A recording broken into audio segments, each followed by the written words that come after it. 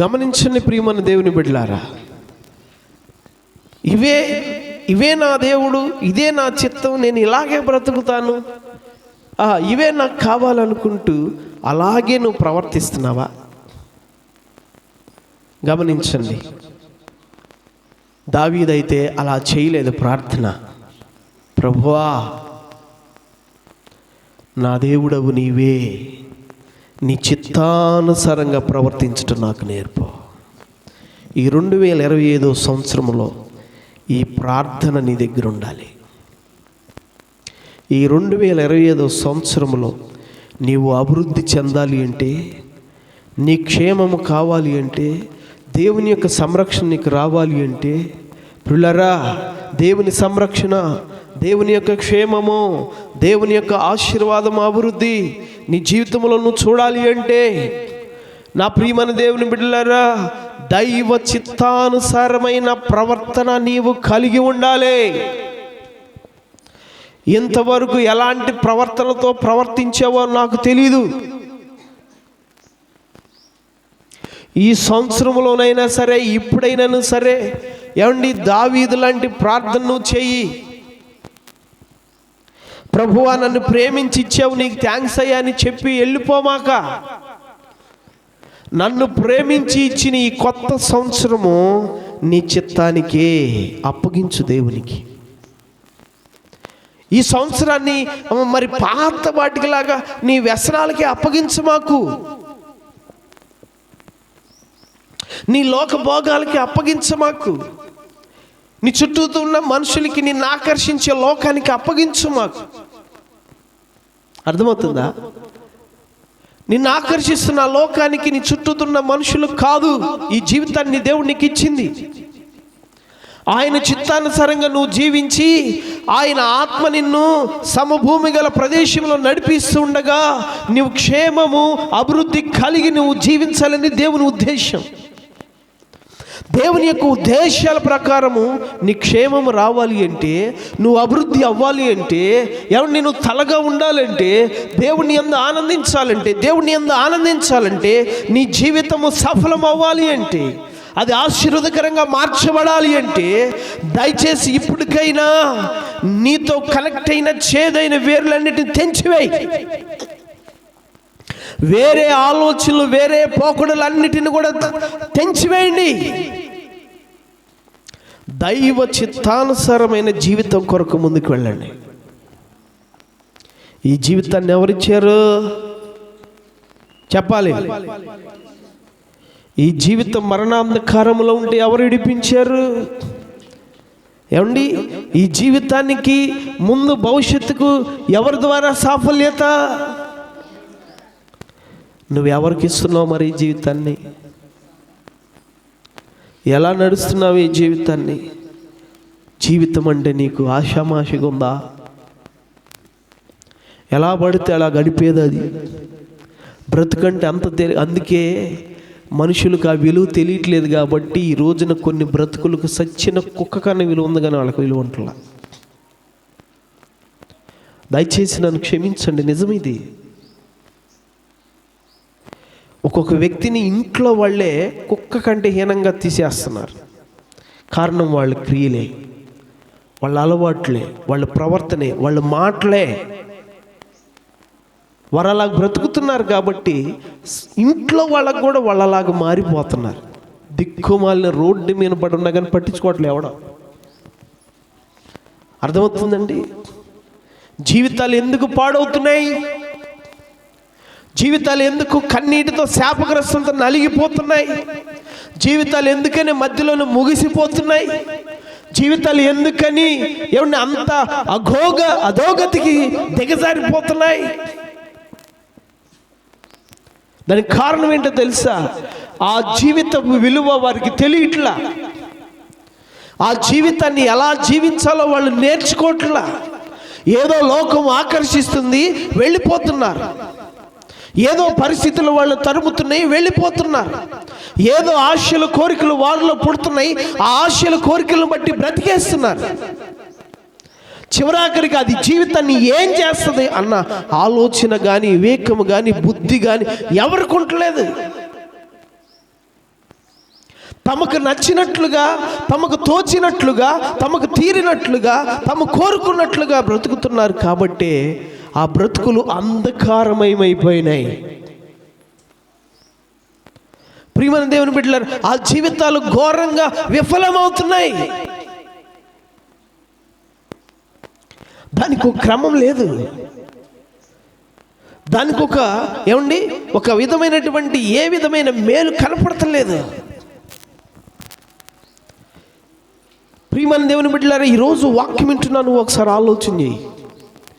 నీ జీవితాన్ని జాగ్రత్తగా గడపడానికే దేవుడు నీకు ఇస్తున్నాడు ఈ ఆయుష్కాలం. తల్లి గర్భంలో నిన్ను ఆయన తయారు చేసింది అందుకే. పాపపు గర్భంలో మరణ అంధకారంలో పడి ఉన్న నీ కొరకు ప్రాణం ఇచ్చింది అందుకే. లోకము నుండి, పాపము నుండి తన రక్తముతో నిన్ను విమోచించి కడిగి పవిత్రపరిచి తన సంఘములో నిన్ను నిలబెట్టింది అందుకే. తన బిడ్డగా, తన కుమారుడుగా, కుమార్తెగా నిన్ను స్వీకరించి తన ఆత్మను నీలో ఉంచి తన మహిమైశ్వర్యాన్ని నీకు ఎందుకు ఇస్తున్నాడంటే నువ్వు తెలియాలి నీ జీవిత విలువ. దాన్ని దేవుడు ఎంత ఘనముగా నీకు ఇచ్చాడో, ఎంత ఘనముగా దాని కొరకు ఆయన ప్రయాసపడ్డాడో, ఎంత ఘనముగా ఆ కృపలతో నిన్ను నింపుతున్నాడో, ఆ జీవిత యొక్క విలువ, సాఫల్యత నీకు తెలియాలి. దాన్ని నువ్వు తెలుసుకోకుండా ఎలా పడితే అలాగ నడిపేస్తే ఆ జీవితము చిందరవందరవుతుంది. నలిగిపోతున్నావేమో, కృంగిపోయి ఉన్నావేమో, చెడిపోయి ఉన్నావేమో, ఇప్పటికైనా కళ్ళు తెరు. వేదనతో, బాధలతో ఇదిగో పాడైపోయిన స్థితిలో ఉన్నావేమో, ఇప్పటికైనా కళ్ళు తెరువు. జీవితం అంటే ఏంటో తెలుసుకో. దానికి దేవుడిచ్చిన ఆ విలువైన ఆధిక్యత ఏంటో తెలుసుకో. ఆ బ్రతుకుని ఎలా జాగ్రత్త చేయాలో నేర్చుకో. దేవుడు దానికి ఎంత కృపనిచ్చాడో చూడు నువ్వు. నా ప్రియులారా, ఆ జీవితాలు సఫలమవ్వాలి అంటే దైవ చిత్తానుసారమైన ప్రవర్తన నీలో ఉండాలి. దేవుని ఆత్మ నడిపింపగలిగిన జీవితం నీలో ఉండాలి. ఎలా పడితే అలా నడవకూడదు, ఎలా పడితే అలా ప్రవర్తించకూడదు. మొన్న కూడా 1వ తారీఖు రోజున మీకు చెప్పాను నేను, ఒక వస్తువును ఒకడు కనిపెట్టాడంటే దానికి ఒక పద్ధతి ఉంటుంది. ఆ పద్ధతిలోనే ఆ వస్తువును వాడాలి మనం. అవునా కదా? ఏమండి, ఎలా పడితే అలా వాడితే ఆ వస్తువు పనిచేసిద్దా? దేవుడు కూడా నిన్ను కనిపెట్టాడు. దేవుని చేతిలో తయారు చేయబడ్డ వ్యక్తివి నీవు. దేవుడు నీకు కూడా ఒక పద్ధతినిచ్చాడు. ఆ పద్ధతి ప్రకారమే నువ్వు బ్రతకాలి. ఆ పద్ధతి ప్రకారమే నువ్వు జీవించాలి. ఆ పద్ధతి ప్రకారమే నువ్వు ప్రవర్తించాలి. దాని కాదని క్రమం తప్పితే జీవితాన్ని కోల్పోతావు.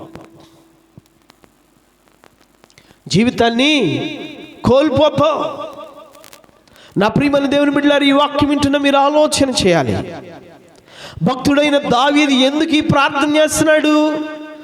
మనకంటే అన్ని విషయాల్లో గొప్పవాడే కదా, గొప్ప స్థానంలోనే ఉన్నాడు కదా. అయినా ఎందుకు ఈ ప్రార్థన దావీదు చేయడానికి కారణం ఏంటో తెలుసా? దావీదుకు తన బలహీనతలు ఏంటో తెలుసు, తన పరిస్థితులు ఏంటో తెలుసు. అందుకనే దావీదుకి ఒక ప్రార్థన అవసరమైంది. అది తన శక్తి చేతను, తన బుద్ధి చేతను, తన బలము చేతను అది ఆయన చేయలేడని ఆయనకి తెలుసు. అందుకనే దావీదు శక్తిమంతుడైన యేసుపై ఆధారపడుతున్నాడు. అయ్యా నా దేవుడవు నీవే, నీ ఆత్మచేత నీ చిత్తానుసారమైన ప్రవర్తనతో సమభూమి గల ప్రదేశమందు నన్ను నడిపించు ప్రభు అని ప్రార్థన చేస్తున్నాడు. హల్లెలూయా. ఎందుకో తెలుసా? దావీదు చుట్టూతో శత్రువులే ఉన్నారు. ఏమండి, దావీదు చుట్టూతో ఎవరున్నారు?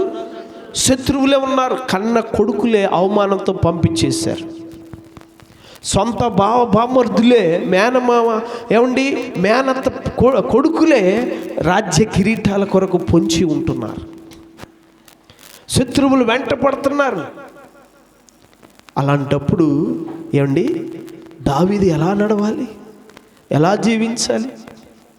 అందుకే అడుగుతాడు ఆయన, అయ్యా పరిస్థితులు నాకు ప్రతికూలంగా ఉన్నాయి, నా శత్రువులను మింగాలను చూస్తున్నారు. నేను ఎప్పుడు కింద పడతానని చూస్తున్నారు.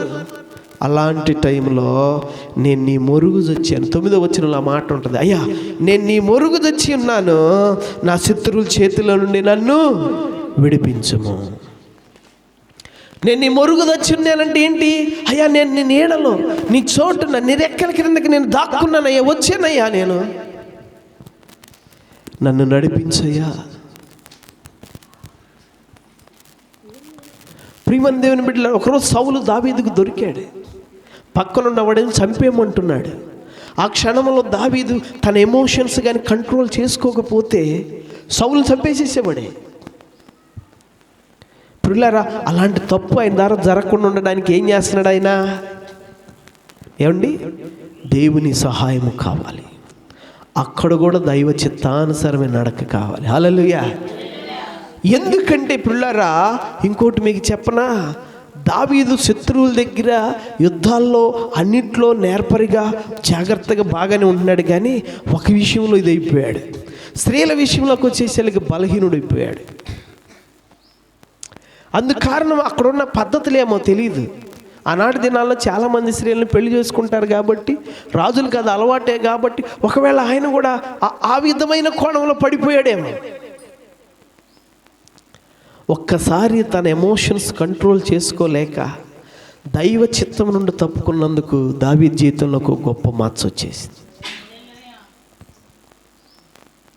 ఒక్కసారి తన ఆలోచనలు, తన చూపులు కంట్రోల్ చేసుకోలేనందుకు గొప్ప అపాయము, గొప్ప శ్రమ తెచ్చిపెట్టుకున్నాడు. ఎన్నో యుద్ధాలు, ఎన్నో అవమానాలు, ఎంతో మచ్చ ఆయన జీవితంలోకి వచ్చింది. అది తెలిసిన వాడు కాబట్టే నా పరిస్థితులు ఎలాగున్నా, నా శత్రువులు ఎలాగున్నా, నా ఎమోషన్స్ ఎలాగున్నా, నా శోధనలు, నా ఆకర్షణ ఎలాగున్నా, వీటన్నిటిలో నా జీవితం నాశనం కాకూడదంటే, వీటన్నిటిలో నా జీవితము వెలుగుమయంగా ఉండాలి అంటే, మచ్చ లేకుండా బ్రతకాలి అంటే, ప్రభువా నీ చిత్తానుసారంగా నన్ను ప్రవర్తింపచేయి, నీ చిత్తానుసారంగా నాకు ప్రవర్తన నేర్పు, నీ ఆత్మచేత సమభూమి గల ప్రదేశంలో నన్ను నడిపించంటున్నాడు. సమభూమి గల ప్రదేశం అంటే గోతులు లేనిది, మెరకలు లేనిది, వంకరలు లేనిది, గరుకు లేనిది. గమనించండి ప్రియులారా, దేవా నీ ఆత్మచేత నన్ను అక్కడ నడిపించయ్యా, నీవు నాకు ఆ ప్రవర్తన దయచేయి ప్రభువా. ఎంత గొప్ప ప్రార్థన! దావీదు తెలివి తక్కువ ఈ ప్రార్థన చేయట్లా. నీకులాగా నేను జ్ఞానవంతుండే, బలవంతుండే, నాకేం కాదులే, నేనేం చేసినా, నేను ఎంత తాగినా నాకేం కాదు, నేను ఎక్కడికి వెళ్ళినా ఏం కాదు, నన్ను నేను కంట్రోల్ చేసుకుంటాలే అనుకుంటారు. చాలామంది ఈ రోజున యవనస్తులైన ఆడపిల్లలు కూడా అలాగే చేస్తున్నారు. మగపిల్లలతో విచ్చలవిడివైనటువంటి సంబంధాలు కలిగి ఉంటూ తమను ఏదో గొప్పగా ఫీలింగ్ చేసుకుంటూ, ఈనాటి వీళ్ళ ప్రవర్తన ఎంత ఘోరంగా ఉంటుందంటే, వెనకటికి ఒక మాట నేను చెబుతున్నాను, దయతో క్షమించండి. వెనకటికి పెద్దోళ్ళు ఎలాగుండేవాళ్ళు అంటే, ఏ పురుషుడు నన్ను చూడకూడదు అన్నట్టుగా ఉండేవాళ్ళు. కానీ ఈ రోజున ప్రతి పురుషుడు నన్నే చూడాలన్నట్టుగా ఉంటున్నారు. ఆడవాళ్ళందరూ నన్ను క్షమించాలి, మీరు ఒప్పుకున్నా ఒప్పుకోకపోయినా కొన్ని విధానాలను బట్టి అది అనక తప్పలేదు నాకు. అర్థమైందా? రోజున చున్నీ వేసుకునే ఆడవాళ్ళు ఉండరా? యవనస్తులైన ఆడపిల్ల వేసుకుంటున్నారా? దానికి కారణం ఏంటి? చూడాలనేగా? చెప్పండి. దాచుకునే వాళ్ళు అయితే దాచుకుంటారు, కప్పుకునే వాళ్ళు అయితే కప్పుకుంటారు. వాళ్ళు అలా చేయట్లేదంటే కారణం ఏంటి? ఇంత నిక్కర్లు వేసుకుంటున్నారంటే కారణం ఏంటి? ఫ్యాషనమైన డ్రెస్సులన్నీ వాళ్ళు వేసుకుంటున్నారంటే కారణం ఏంటి? ఏమండి, అబ్బాయిలతో ఫ్రెండ్స్ అంటూ తిరుగుతున్నారంటే కారణం ఏంటి? ఫ్రెండ్ వేరంట, బాయ్ ఫ్రెండ్ వేరంట. ఈ రోజున ప్రవర్తనలండి, ఈరోజు ప్రవర్తనలు ఎలాగున్నాయి, ఆడపిల్లల ప్రవర్తనలు ఎలాగున్నాయి. ఫ్రెండ్ వేరు, బాయ్ ఫ్రెండ్ వేరు. ఏమండి గమనించండి, ఏంటి ప్రవర్తనలో ఎలా నడుచుకుంటున్నారు? అందుకనే యవ్వన కాలంలోనే పువ్వు వాడి రెమ్మలు రాలినట్లుగా రాలుతున్నాయి జీవితాలు. అవునా కాదా? పువ్వు వాడిపోయిన రెమ్మలు రాలినట్లుగా జీవితాలు రాలుతున్నాయి, కాపురాలు రాలుతున్నాయి. అర్థమవుతుందా? దయచేసి జీవితం అంటే ఆషామాష కాదు. దాన్ని ఎలాగ పడితే అలాగ ప్రవర్తించేది కాదు, ఎలా పడితే అలాగ నడుచుకునేది, ఎవరిని చేసేది కాదు. చేసావా నీ జీవితాన్ని కోల్పోవాల్సి వస్తుంది. దాంతో నువ్వు ఆషామాష అనుకుంటున్నావేమో. నా ప్రియమైన దేవుని బిడ్డలారా, ఈరోజు దేవుని వాక్యం వింటున్న మీరు ఆలోచన చేయాలి.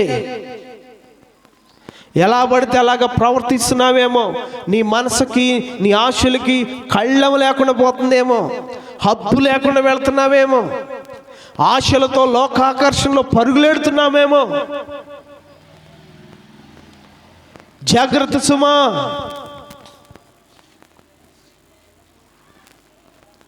జాగ్రత్తగా నీ ప్రవర్తన కాచుకో. దైవ ప్రేరేపణతో, దైవ ఆత్మ నడిపింపులో సమభూమి గల దేశముగా ఆ ప్రదేశము, ఆ మార్గాలను నడవాలి. పిల్లరా, అప్పుడు దేవుడు నీకు ఇచ్చిన ఈ ఆయుష్కాలము సౌఖ్యముగాను, సుఖముగాను, సంతోషముగాను, క్షేమముగాను వర్ధిల్లుతూ ఉంటుంది. హల్లెలూయా, హల్లెలూయా. నీ జీవితం సౌఖ్యముగా, సుఖముగా వర్ధిల్లాలి అంటే జీవితంలో దైవ చిత్తానుసారమైన ప్రవర్తన నీవు కలిగి ఉండు. దైవ చిత్తానుసారమైన ప్రవర్తన నువ్వు కలిగి ఉండు. లోకపు చిత్తాన్ని అనుసరించకు, మనుషుల చిత్తాలను అనుసరించకు, మనసులో వస్తున్న చిత్తాలను అనుసరించకు. అర్థమైందా? ప్రియమైన దేవుని బిడ్డలారా, దైవ చిత్తాన్ని అనుసరించు. ఈ జీవితం దేవుడు నీకు ఇచ్చాడు. ఆయన నీకు ఒక పద్ధతి ఇచ్చాడు. ఆయన చేత తయారైన వ్యక్తివి నీవు. ఏమండి? ఆయనకే ఎదురు తిరగమాక, ఆయనకే ఔదేయుడు అవమాక, ఆయనకే తిరుగుబాటు చేయమాక. ఏమండి? ఆయనకే నువ్వు తిరుగుబాటు చేస్తే, ప్రియమైన దేవుని బిడ్డలారా, చెట్టు వేరుని తన్నినట్టే. అవునా కదా? చెట్టు వేరు లేకపోతే ఏమైంది? గమనించండి పిల్లారా, నీ బ్రతుకు ఆయనలో నుండే వచ్చింది తెలుసుకో. నీకు నువ్వు రాలా, నీకు నువ్వు కలగలా, ఆయన ద్వారా ఇక్కడికి వచ్చావు. రైట్, కూర్చోలేదంటే ఆయన ద్వారానే నువ్వు ఇక్కడికి వచ్చావు. ఆయన వల్లనే నువ్వు కలిగావు. ఆయనే నీకు ఇచ్చేవాడు, ఆయనే నిన్ను తీసుకునేవాడు, ఆయనే నిన్ను లెక్క అడుగువాడు. అర్థమవుతుందండి? ప్రియమైన దేవుని బిడ్డలారా, జాగ్రత్త సుమా. దేవుడు లెక్క అడుగుతాడు. నువ్వు భయం కలిగి నడుచుకుంటే ఆయన నీకు కృపనిస్తాడు, ఆయన నిన్ను బలపరుస్తాడు, ఆయన నీకు తోడై ఉంటాడు, ఆయన నిన్ను అభివృద్ధి పరుస్తాడు, ఆయన నిన్ను ఆశీర్వదిస్తాడు. ప్రియమైన దేవుని బిడ్డలారా, లేకపోతే ఆ జీవితం భయంకరమవుతుంది. దావీదుకి అవన్నీ తెలుసు కాబట్టే దావీదు తన్ను తాను తగ్గించుకొని రాజు అయినప్పటికీ గొప్ప సూర్యుడు, యుద్ధవీరుడు, సంగీతకారుడు, కళాకారుడు, ఎన్ని తలాంతులు ఎన్ని ఇదిగా ఉన్నప్పటికీ తన్ను తను తగ్గించుకొని దేవుని దగ్గర లోబడి, అయ్యా నా దేవుడవు నీవే, నీ చిత్తానుసారంగా నన్ను బ్రతికించన్నాడు. అంత గొప్పవాడే ప్రార్థన చేస్తుంటే నీవు ఇంతవరకు నువ్వు ప్రార్థన చేయట్లేదంటే నువ్వు అహంకారివా, అజ్ఞానివా? ఏంటి చెప్పు? ఈ రెండు ఉన్నవాడే చేయడా ప్రార్థన? అహంకారైనా కావాలి, అజ్ఞానైనా కావాలి. దయచేసి వాటిని వదిలిపెట్టు.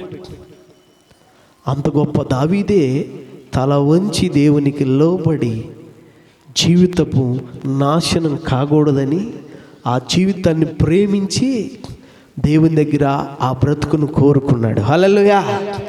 ఆ బ్రతుకును కోరుకోవడమే కాదు, అలాగా బ్రతికాడు. అందుకనే దావీదు యొక్క జీవితం ఏమండి దేవునిలో అంత ఆశీర్వాదకరంగా మార్చబడింది. అలాగ తను తాను కాపాడుకున్నాడు, తప్పిపోయిన జీవితాలన్నీ సరిచేసుకున్నాడు. కాబట్టి శ్రమల్లో శోధనలో కూడా దైవ చిత్తాన్ని వెతికి నడిచాడు. కాబట్టి దావీదుకి దేవుడిచ్చిన ఆ కృప అంత గొప్పగా ఉంది. హల్లెలూయా. నీ సింహాసనము తరతరములకు స్థిరపరుస్తానన్నాడు. హల్లెలూయా. నీ సింహాసనాన్ని ఏం చేస్తానన్నాడండి? సౌలుకి అది చేతగాక పతనమయ్యాడు. రాజుగా దేవుని చేత కోరుపడ్డాడు, కానీ అది చేతగాక ఏమయ్యాడండి? జీవితం దైవ చిత్తం లేకపోతే సౌలు జీవితమే ఒక మాదిరి మనకి. దైవ చిత్తంతో నడిచిన దావీదు జీవితమే ఒక మాదిరి మనకి. ఏది కావాలి నీకు? నీ జీవితం ఎలా ఉండాలనుకుంటున్నావు? ఏమండి ఆలోచన చేయండి. ఈ 2025 ఇచ్చాడు దేవుడు, ఇచ్చాడు దేవుడు, ఇచ్చాడు దేవుడు అనుకుంటున్నావేమో. ఇచ్చాడు నీకు, అది సంతోషం. కానీ ఆ సంతోషకరమైన సుఖ సౌఖ్యము కలిగిన జీవితం నీకు ఉండాలి అంటే పిల్లరా, ఈ సంవత్సరం అంతా కూడా దైవ చిత్తానుసారమైన ప్రవర్తనలో ముందుకు సాగాలి. దేవుని ఆత్మ నడిపింపులో నువ్వు నడవాలి. నీ జీవితాన్ని ఎప్పుడైతే అలాగ ఇస్తావో పిల్లరా, పిల్లలకు నేర్పించండి. మీ పిల్లలకి, నాన్న జీవితం అంటే ఆషామాష కాదు, దాన్ని జాగ్రత్తగా కాపాడుకోకపోతే నాన్న అది ఆ కుక్కల చింపిన ఇస్త్రాకులాగా అయిపోయింది. దాన్ని జాగ్రత్తగా కాపాడుకోవాలి నాన్న. అలా మనం కాపాడుకోవాలంటే మనం ఇలా నడవాలని ఆ జీవితపు విలువను పిల్లలకి చెప్పండి. మీకు నేర్పారో లేదో తెలియదు, మీ జీవితాలు ఏమైనా లేదో తెలియదు నాకు, అది మీకే తెలుసు. మంచి అయినను చెడైనా నేను పలకకూడదు. హల్లెలూయా. ప్రియమైన దేవుని బిడ్డలారా, అది మీకే నేను వదిలేస్తున్నాను. కానీ మీ పిల్లల జీవితాలు అలా కాకుండానట్లు పిల్లరా, ఆ జీవితపు విలువ సాఫల్యత పిల్లలకు నేర్పించండి. హల్లెలూయా. పిల్లలకు నేర్పించండి. అప్పుడు వారి జీవితాలకు బంగారు బాట వేసిన వారు అవుతారు. హల్లెలూయా. బంగారు బాట వేసిన వారుగా ఉంటారు మీరు. వారి భవిష్యత్తులు ఆశీర్వాదకరంగా మార్చిన వారు అవుతారు. మీరు నేర్చుకోండి. ఇప్పుడు దాకా నేర్చుకోకపోయినా ఇప్పుడైనా తెలుసుకోండి జీవిత విలువ. ఇప్పుడు దాకా ఇలా బ్రతికి నా జీవితాన్ని నేను ఎంత చేసుకున్నాను, ఇక మీదటైనా నా జీవితాన్ని ఇలా కాకూడదు. నా జీవితం అనేది 10 మందికి ఆశీర్వాదకరంగా ఉండటానికి దేవుడు కోరుకుంటున్నాడు. నా పిల్లల తరాలకు ఆశీర్వాదకరంగా ఉండడానికి దేవుడు కోరుకుంటున్నాడు. కాబట్టి ఆయన నాకు అభివృద్ధిని, క్షేమాన్ని, సౌఖ్యాన్ని ఇవ్వడానికి ఆయన కోరుకుంటున్నాడు. కాబట్టి నా జీవితాన్ని ఆయనలో నేను ఉంచుతానని చెప్పేసి, నా ప్రియ దేవుని బిడ్డలారా, దేవునికి ఆ జీవితాన్ని ఇవ్వండి అయ్యా.